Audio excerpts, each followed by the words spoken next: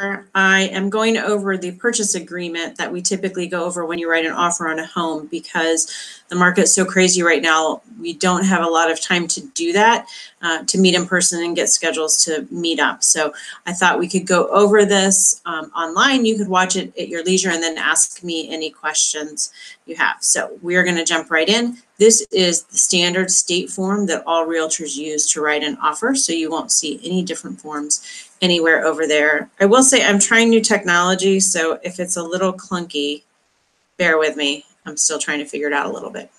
Okay, so top of the form is just the realtors that are involved in the transaction. Section A is the buyer's name. So this is Charles Brown and Lucille Van Pelt are the buyers. And section B talks about what they are making an offer on. So they are making an offer on 1549 Snoopy Lane in Schultz Township, Linus County, Pigpen, Indiana. Yes, I'm incredibly creative. 1, 2, 3, 4, 5. And then there's a legal description there as well. And it's that piece of property along with any existing permanent improvements. And that means anything that's permanently attached to that land, like a house. And then this goes through to describe the other things that are typically included, curtain rods, anything that's screwed in, your furnace, water heater, things like that. So these are things that are permanently attached. And then we specify anything else that you want that isn't necessarily permanently attached. Typically that's kitchen appliances and washer and dryer.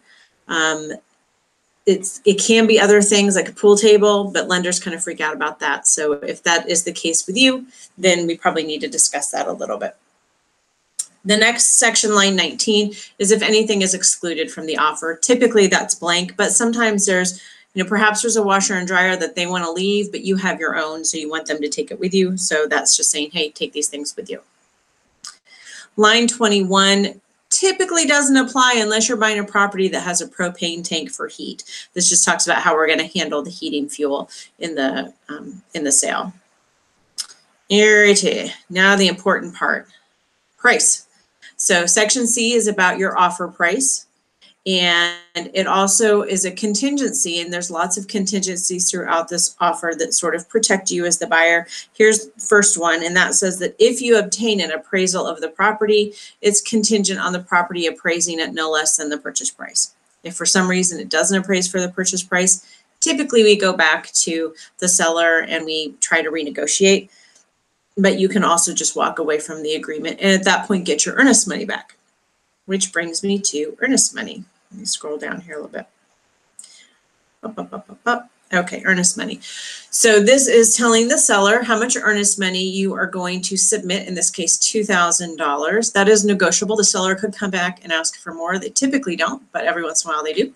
And that we have 3 banking days, on line 37 here, that they have 3 banking days. We have 3 banking days to turn that over to them. That can be a personal check, but it is going to be deposited by whoever the listing broker is. They put that into an escrow account and it just sits there waiting for closing. Comes back to you at closing, off your closing costs or off of your down payment. And the listing broker who's holding that has all kinds of rules and regulations that they have to follow. They're not playing the ponies with it or anything like that.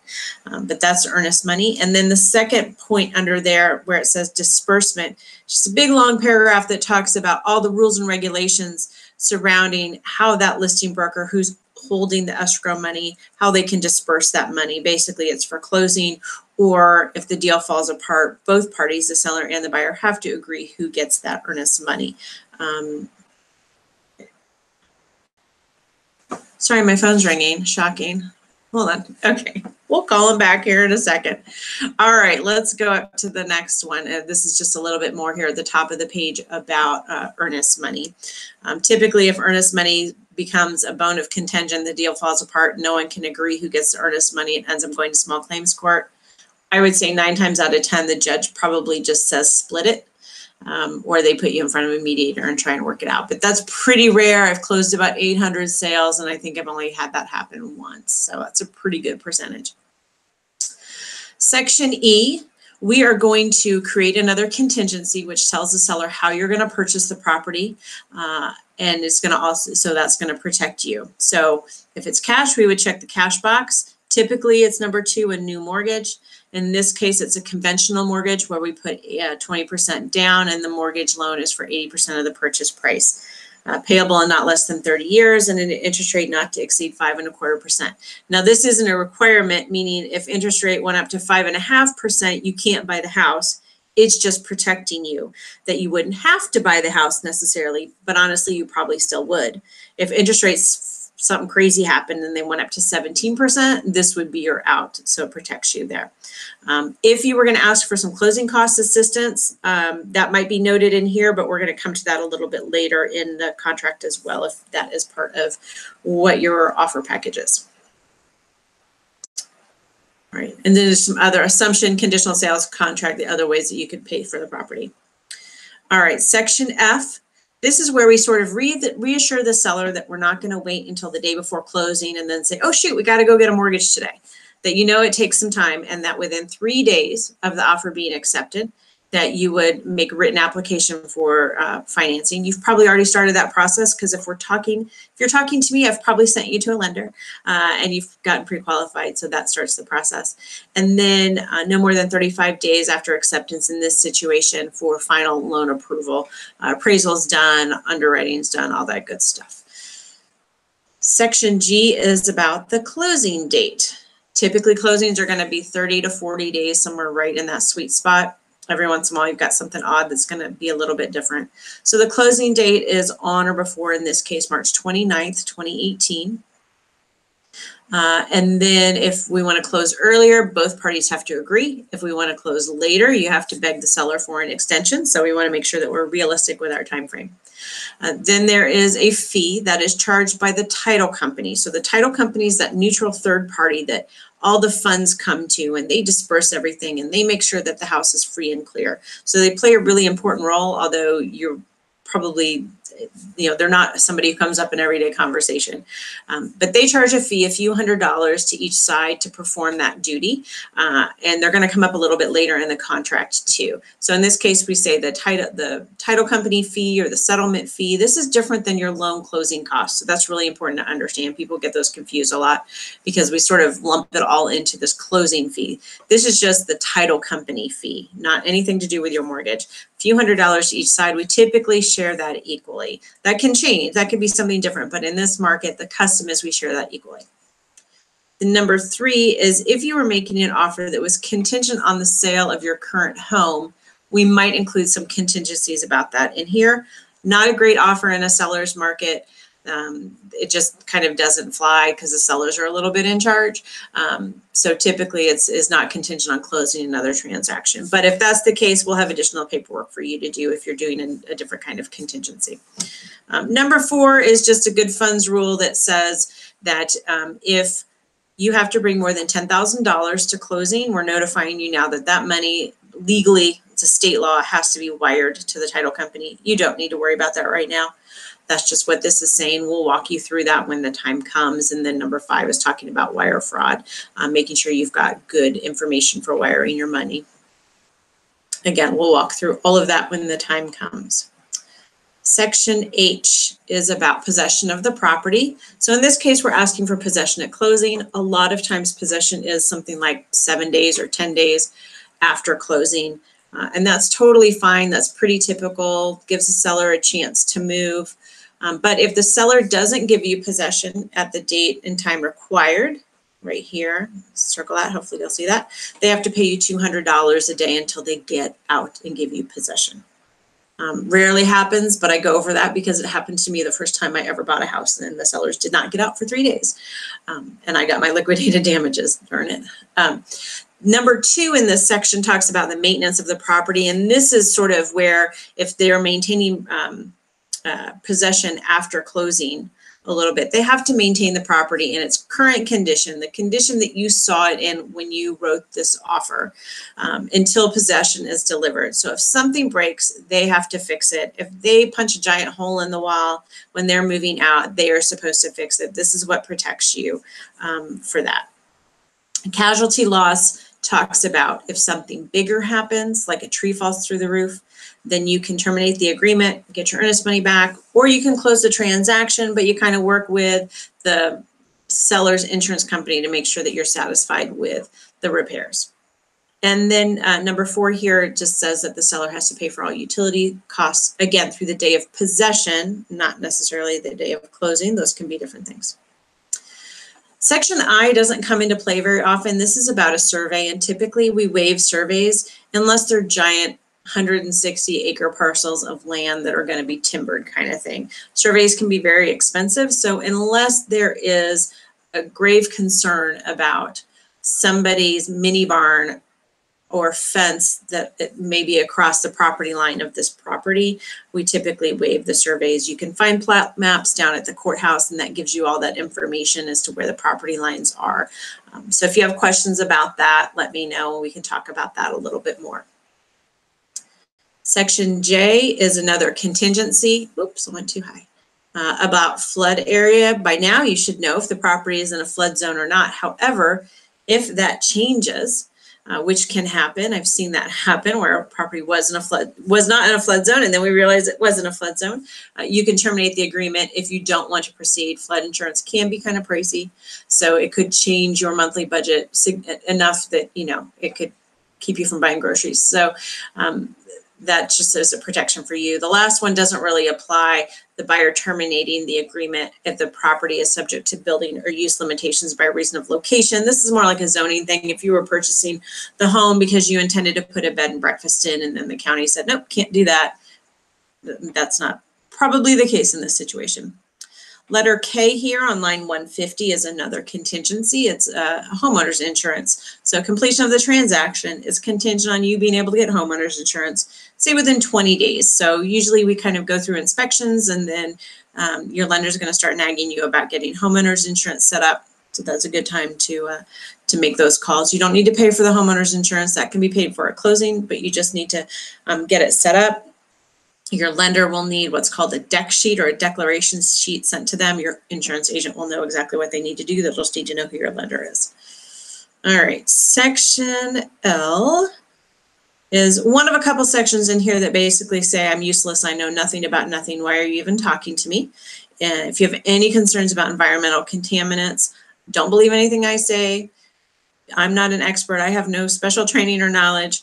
I know nothing, say, but we strongly advise you to obtain all inspections that help you sleep well at night. So if that's anything to do with environmental contaminants, go for it. Now let's talk about inspections. This runs over onto 2 pages. So this is, we almost always check box number 2, which is the buyer reserves the right to have independent inspections. Talks about all the things that you can inspect. And typically I ask for about 15 days to do inspections. I'm in charge of keeping track of the timeline, so don't panic. I'll tell you exactly what you need to be doing, when you need to be doing it, and when our deadlines are. But typically we'll ask for about 2 weeks after the offer's been accepted to do inspections. You don't want to do inspections until you have an accepted offer and you've shut everyone else out because you don't want to spend that money. And I'll give you a list of recommended home inspectors if you need one. Line 194 starts this comprehensive list of the things that you can inspect for. And if something really big comes up, we usually have about 7 extra days if we need to do additional examination. All right, one most important paragraph coming up in this whole offer. This paragraph right here, starting with line 204, is just saying that we have to be reasonable when we're negotiating inspection responses. If we say, we send the seller a list of things that we want done and ask them to respond in 3 hours, that's probably not reasonable.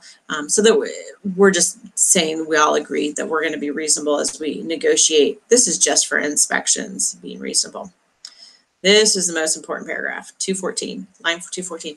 So these are the reasons you can kill a deal because of inspections. And there's 2 important points in this paragraph. One is this concept of defect that says if the inspection report reveals a defect, and I'm going to skip down here to line 218 real quick, and then we're going to come back. So if the inspection report reveals a defect, and after having given the seller the opportunity to remedy the defect, the seller is unable or unwilling, then you can kill the deal. So think about that. It says you're going to give the seller a chance to fix it to your satisfaction, so you still have control, but you have to give the seller a chance to fix it. You can't just walk away and say, nope, I don't want it. you have to give them a chance to fix it. If they're unwilling or unable to fix it, then you can kill the deal. Now, what is a defect? By state law, it says a defect is something that has an adverse effect on the value of the property or impairs the health or safety, or if not repaired, would shorten the lifespan of the home. So if you think about that, that's not really a hole in a window screen. That doesn't really meet, that's not a health or safety issue. That doesn't really change the value of the home. But if it's a roof leak that's rotting out trusses in the attic, that would shorten the lifespan of the home. If it's a carbon monoxide leak, that's a health and safety issue. So those are the kind of things that we're looking for and that could kill the deal potentially if you want. One of the big misconceptions that people say, does a house pass inspection or did it not pass inspection? You, the buyer, get to decide what pass inspection means and what it doesn't mean, but you need to kind of work within this defect, this definition of defect. This next section talks about a home warranty. I don't push these real hard on people. There's pros and cons to them. In this case, we're not asking for one. If you're interested in learning more about a home warranty, let me know. It's like an insurance program for the insides of the house, covers a lot of the appliances and things. It costs about $500. It's something you could ask the seller to provide, but it's going to go into their bottom line. So when you're in a tough negotiating environment like we are today in the seller's market, a home warranty may not have be a great thing to ask for because it's just going to lower the seller's bottom line. It could be something you choose to buy for yourself, and that's totally legit too. So we can talk about that more if you have interest. Okay. Section O, have you received the seller's disclosures? Hopefully you have.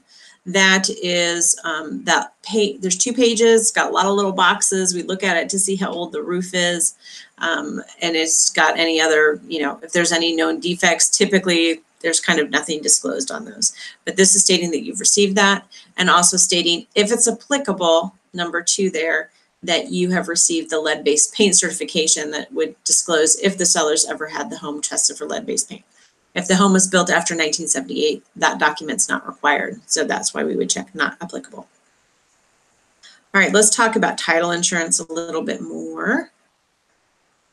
That mystery that nobody understands, title insurance. So we are going to ask for a title insurance policy. That means that the title company is going to go down to the courthouse and search the title and make sure that nobody has any past claim, there's no back taxes, there's no liens on the property, anything that could make your life difficult in terms of your ownership of the property down the road. Then they're going to issue 2 title insurance policies typically. The first one is this owner's title insurance policy on line 250 there. That's typically paid for by the seller. It's the more expensive one. It can be $600-800 sometimes. And that insures you for the entire purchase price of the home.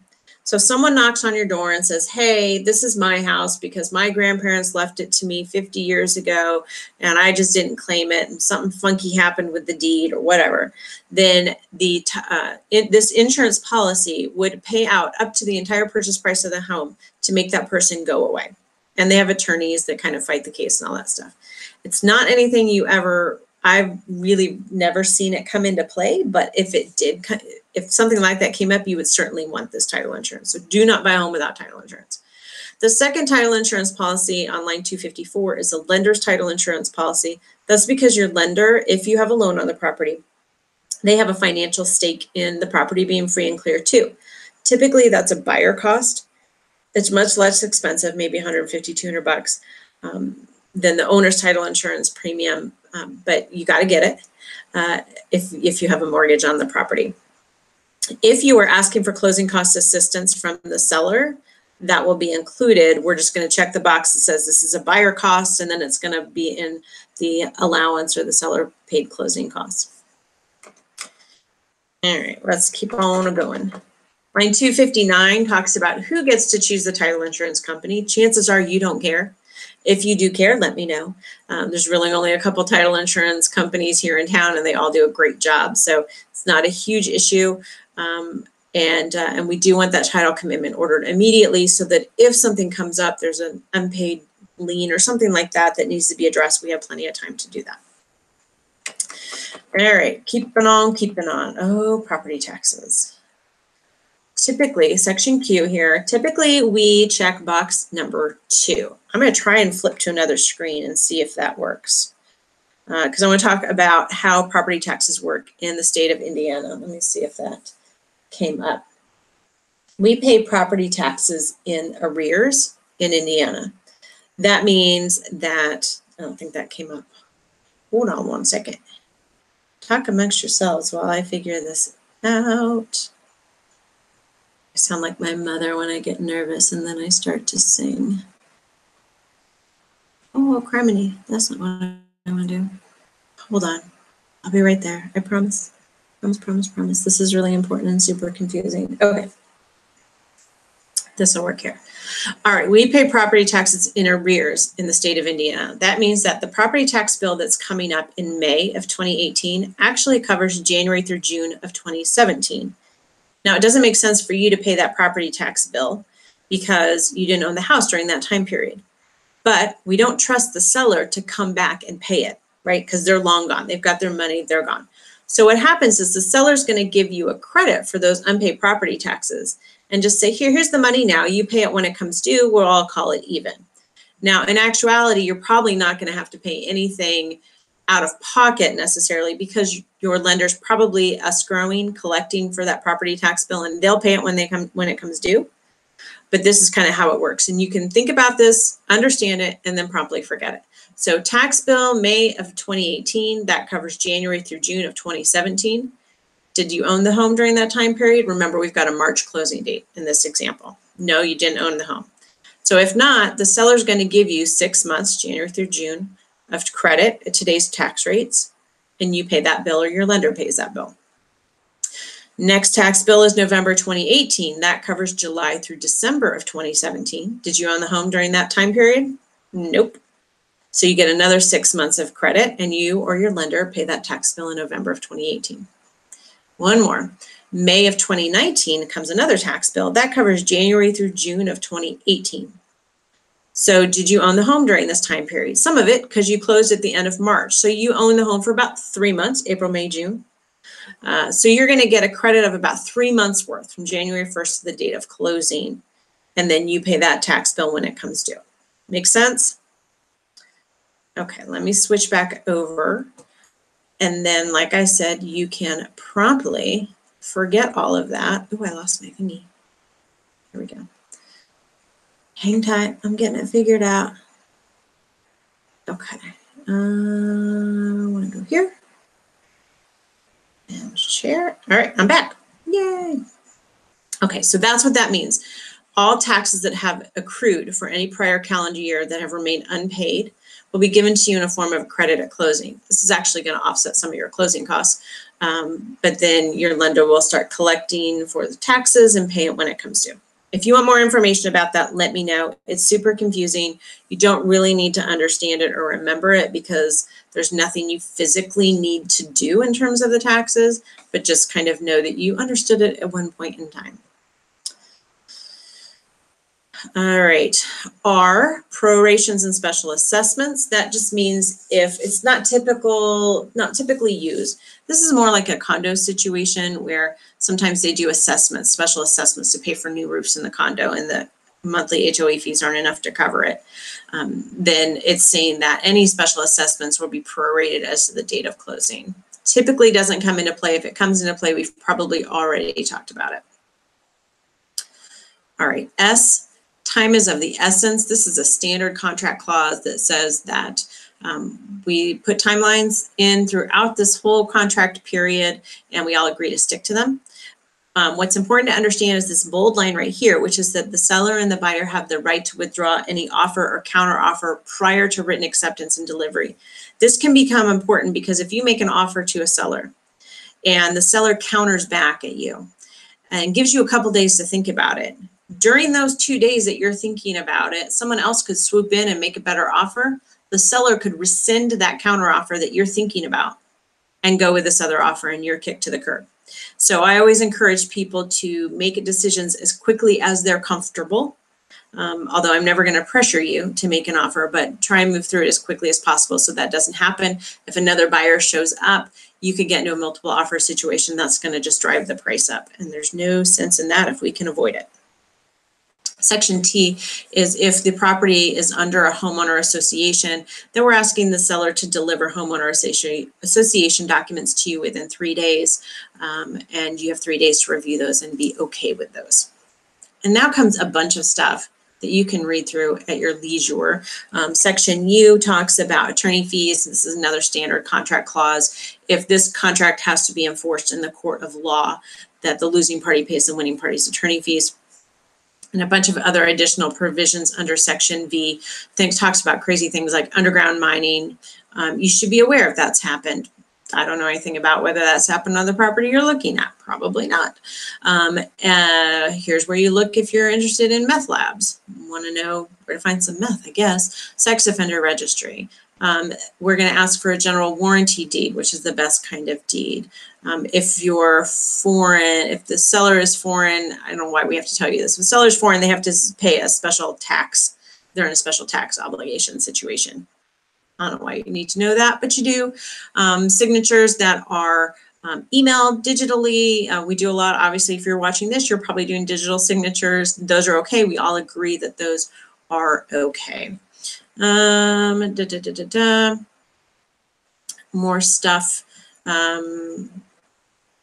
I may refer you to companies or professionals like lenders, insurance agents, home inspectors. I don't get kickbacks from them just based on my information. And you are always free to use any service provider that you want to in any of those situations. Number 13 says you're going to get a copy of the agreement when you sign it, which you will. We agree to use email, text, etc. with the other side. You don't have a real estate license. Whew. So that's a lot of the legal stuff. This section W, further conditions, is usually blank, and it's where we can put in anything funky that's sort of outside the realm of our standard offer. So usually what goes in here is if we're asking for seller paid closing costs, and this is the normal paragraph that I use. It's the seller shall pay buyer closing costs, settlement fees, and it lists out all these things, and it gives an amount. Sometimes there's other things we might put in there, like, you know, we want your pool table, or you can have possession anytime between this day and this day, or something like that. But the more that can be empty, the better, because that's just a cleaner offer. Section X, consult your advisors. This is talking about again, I don't know anything. You should talk to people who know things. So make sure that you've got all your questions answered. Once this offer is accepted, it's a legally binding contract. So you can't just be like, oh, I changed my mind. It's not quite so easy. Section Y, this is not a limited agency transaction. What that means is that the buyer and the seller each have their own realtor. There are cases, if I'm listing it, that this would be a limited agency transaction. We will check that box and make sure that everybody understood what that means and how they're being represented. Section Z, we're going to put an expiration date. We're going to say this offer is good until a certain date. Typically in this market, I'm going to pressure them pretty hard and give them, you know, probably no more than 24 hours to respond. They can accept, reject, or counter, and we just kind of go back and forth from there. And then your signatures. And then the section below is where the seller would respond. So hopefully that helped make things a little bit clearer. As always, if you have any questions at all, just shoot me a text or an email, or call me 812-345-4404, and we will make sure that they are clear. It's really important to me that you feel comfortable with what you're signing. There's not a quiz. I don't expect you to remember all of this stuff, you know, tomorrow or next week, but to know that you understood it at one point in time, I think is really helpful and important. So I will talk to you soon. Thanks.